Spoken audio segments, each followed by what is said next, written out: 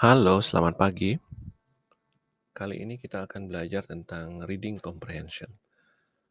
Nah, ini materi umum untuk anak SMA. Bisa juga untuk anak SMP, jadi tergantung keperluannya. Nah, materi ini mencakup semua reading comprehension atau pengertian tentang teks dalam bahasa Inggris. Bisa juga diterapkan untuk bahasa yang lainnya seperti bahasa Indonesia atau bahasa asing lainnya. Nah, tujuan pembelajaran kali ini adalah untuk menjelaskan apa itu reading comprehension, kemudian untuk mengidentifikasi atau mengenal aspek dari reading comprehension berdasarkan apa yang sudah saya simpulkan. Kemudian yang ketiga itu adalah untuk mengenal jenis-jenis pertanyaan yang ada dalam reading comprehension, serta bagaimana cara menanggulangi atau menjawab dari pertanyaan-pertanyaan tersebut. Tapi saya akan pecah identifikasi pertanyaan dan bagaimana cara menyikapi pertanyaan tersebut pada bagian kedua, ketiga, keempat, dan kelima dari video yang lain. Mari kita mulai dengan pengertian dari reading comprehension. Nah, reading comprehension ini secara singkat itu adalah bagaimana tingkatan kita untuk mengenal atau mengerti tentang teks yang dibaca. Nah, ini bisa disimpulkan kalau saat kita membaca sebuah teks, itu tentu kita harus mengenal atau mengetahui apa yang kita baca, apa tujuan dari penulis, dan elemen-elemen apa aja yang kita perlukan untuk lebih mengerti dari teks yang sedang atau sudah kita baca tersebut. Nah, kemudian kita akan berbicara tentang aspek dari reading comprehension. Ini ada 5 hal yang saya kumpulkan atau rangkum dari beberapa sumber. Jadi dari kelima ini akan mewakili aspek-aspek yang membentuk dari reading comprehension. Yang pertama itu ada main idea, ide utama. Nanti saya jelaskan satu-satu ya, saya pecah satu-satu. Yang kedua itu ada topic sentence, ini terkait paragraf. Ada details, sesuatu yang detail. Kemudian meaning, arti, dan reference atau rujukan. Nah, mari kita bahas satu persatu. Yang pertama ada main idea. Main idea dari teks adalah keseluruhan ide utama dari teks tersebut, apa yang ingin disampaikan oleh penulis, baik itu secara langsung atau tidak langsung. Secara langsung yang dimaksud itu adalah memang tertuang di sana bahwa penulis itu menyatakan maksud dari teks atau bacaan ini sesungguhnya adalah seperti ini misalkan. Atau harus kita simpulkan dulu apa sebenarnya yang ingin dimaksud oleh penulis. Nah, kita cari clue-clue di dalamnya atau petunjuk-petunjuk di dalamnya agar bisa kita menyimpulkan maksud dari penulis tersebut. Kadang-kadang ada penulis yang memang agak sedikit misterius untuk menggali minat baca dari pembaca tentu saja, biar lebih dalam membaca, sehingga maksud dari tujuan penulisan itu bisa dimengerti oleh pembaca itu sendiri. Nah, yang kedua ada topic sentence. Kita mulai sedikit mengkhusus, tapi masih secara umum, yaitu mengenai paragrafnya. Nah, topic sentence ini itu menyimpulkan ide utama dari sebuah paragraf. Sekali lagi, hanya pada satu paragraf saja. Nah, biasanya topic sentence ini ada di awal kalimat. Biasanya ya, ingat. Mungkin kalau saya rata-rata 80-90% ada di awal kalimat. Bisa juga di akhir kalimat dan bisa juga di tengah-tengah atau seluruh kalimat. Nah, itu agak jarang. Tapi pada pada paragraf pendek bisa jadi untuk seluruhnya.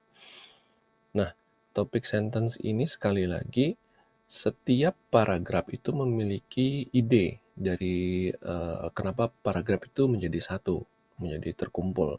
Nah, biasanya itu hanya ada satu ide, misalkan tentang, fungsi dari sesuatu. Nah, ada nanti namanya kalimat tambahan. Kalimat tambahan itu adalah kalimat yang menjelaskan dari ide utama, menjelaskan misalkan dari fungsi sesuatu itu, entah itu dari bentuknya, dari bagian-bagian, misalkan kalau pada manusia, fungsi dari manusia, tangannya untuk apa, kakinya untuk apa. Tapi tetap aja ide dari paragraf itu hanya satu, misalkan mengenai fungsi dari sesuatu. Kemudian kita akan berbicara tentang details, hal-hal details yang ada dalam teks. Ini apa saja yang berlaku, misalkan tentang pertanyaan-pertanyaannya itu bisa tentang waktu, subjek, orang-orangnya yang terlibat di sana, pelaku maksud saya, ada tempat, ada ide-ide spesifik, ide-ide khusus, bisa juga tentang opinion atau opini yang ada di dalam teks. Opini yang dimaksud itu seperti opini pelaku yang ada di dalam teks. Hal-hal details lah yang lainnya yang ada di dalam teks itu. Sangat kalau dijabarkan itu bisa sangat panjang sih, tapi saya rangkum menjadi beberapa hal. Nah, seiring waktu hal details ini akan ketemu satu persatu. Nanti kita bahas lebih lanjut pada bagian video di details.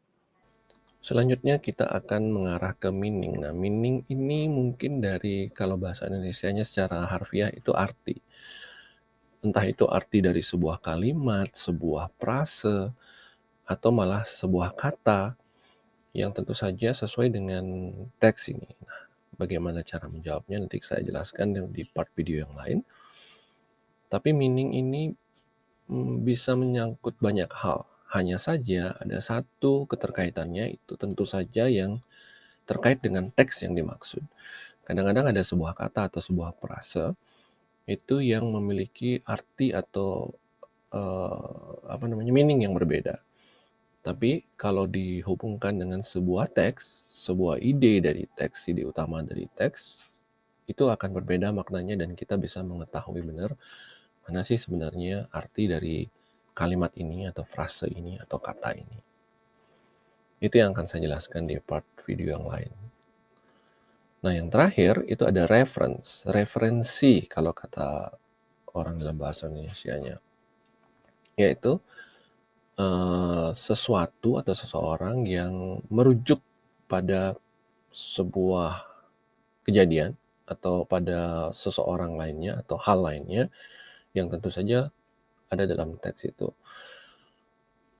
Jadi referensi ini kalau saya bisa perkirakan dalam sebuah teks, pada sebuah pertanyaan tentang reading comprehension, porsinya memang nggak sedikit biasanya.